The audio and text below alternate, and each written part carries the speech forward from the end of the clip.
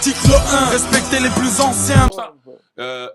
Sauf ils étaient animés par la même valeur. Ouais, la culture hip-hop, l'amour de cette musique, de ce truc-là. Donc en fait, ils sont montés ensemble en faisant ça. Et par rapport à ce que vous dites, c'est vrai que depuis maintenant quelques temps, les gens, ils n'ont pas cette notion-là. Moi, quand je vois des gens qui parlent mal de Rof, moi ça me fatigue. oui, mais t'as vu Rof et tout, on peut ne pas être d'accord avec tout ce qu'il a fait et tout ça, parce que il y a des trucs, moi aussi je suis pas fan. Mais tu vois, Rof, c'est un monument, tu touches pas.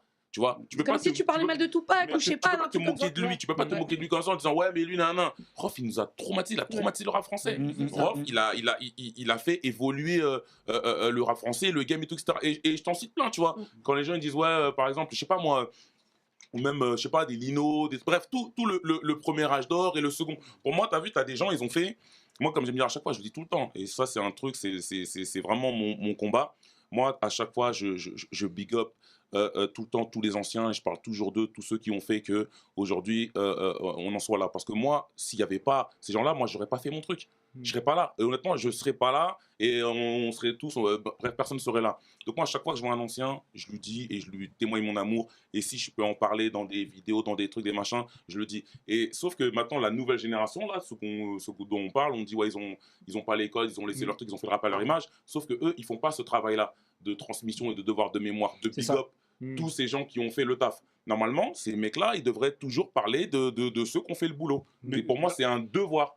Et juste pour finir sur ça, donc ça fait que cette nouvelle génération, elle arrive, et donc comme elle ne fait pas ce devoir de transmission, bah, du coup, les nouveaux auditeurs, les nouveaux trucs, ils disent, bah, je sais pas, les gens qui ont fait le truc, les gens qui sont chauds, c'est les gens à partir de l'ère du streaming, c'est eux qui ont fait le rap. Et donc, du coup, Ayam, NTM, qui tu veux, Assassin, vas-y, c'est quoi ce truc-là, vas-y, je calcule pas. Non, Ayam, NTM, Assassin, Ministère Amer, Kenzie, tout, on doit dire leur nom tout le temps, on doit les big up. C'est les anciens qui doivent passer le relais, en fait, au final. Hein, t'as dit quoi? C'est les anciens qui doivent passer le relais. Qui sont en train, non, mais au-delà, ceux qui ont la voix, ceux qui ont le truc, on doit le dire, on doit en parler tout le temps. Pour moi, ça doit être un truc, t'es obligé de le faire limite. T'es obligé.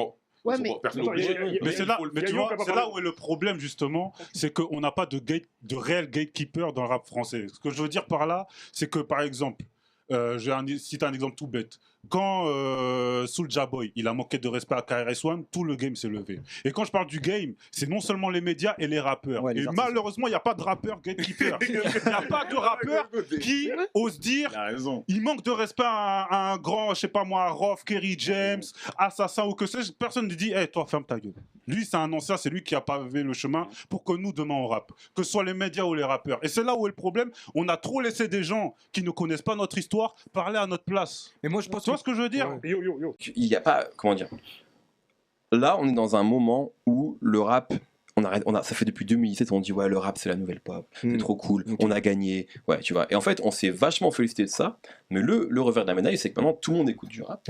Et donc, il y a des gens, ils écoutent du rap toute la journée, ils s'en foutent du rap.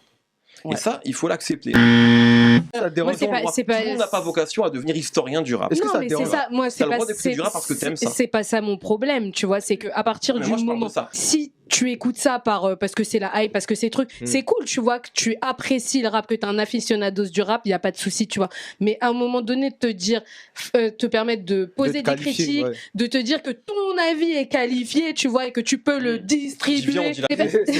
C'est pas bien, ça nous énerve parce que nous, on a tout poncé, mais ils ont le droit. Non, mais c'est pas qu'ils ont pas le droit. Moi, c'est bien mignon de dire ça, tu vois, mais je suis. Bah, j'essaie d'être mignon au quotidien. Ouais, je sais, mais tu vois, c'est le fait, c'est le fait de.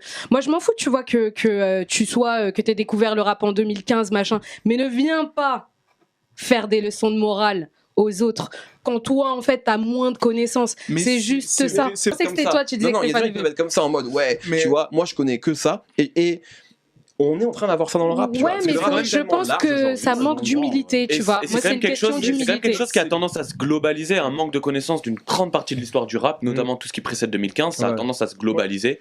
Les gens comme nous, par exemple, comme la récré, ils sont plutôt rares en réalité. Et je trouve quand même ça dommage moi, si tu me demandes est-ce que c'est dommage, je suis d'accord avec toi. Non, si t'aimes pas dommage. Non, moi je pense que c'est dommage. Si t'aimes le rap et que t'as jamais écouté l'école du micro, c'est dangereux pour le rap. Tant pis pour toi, frérot. Je pense que c'est toi qui es dans le faux. Mais la question. Mais je pense qu'il y a quand même tellement de gens dans le faux qu'au final, c'est peut-être le rap qui est en train de devenir dans le faux. Pour moi, le danger, c'est à quel moment le rap s'est tellement dilué et ses codes n'existent tellement plus ou ne sont plus connus que ça reste du rap.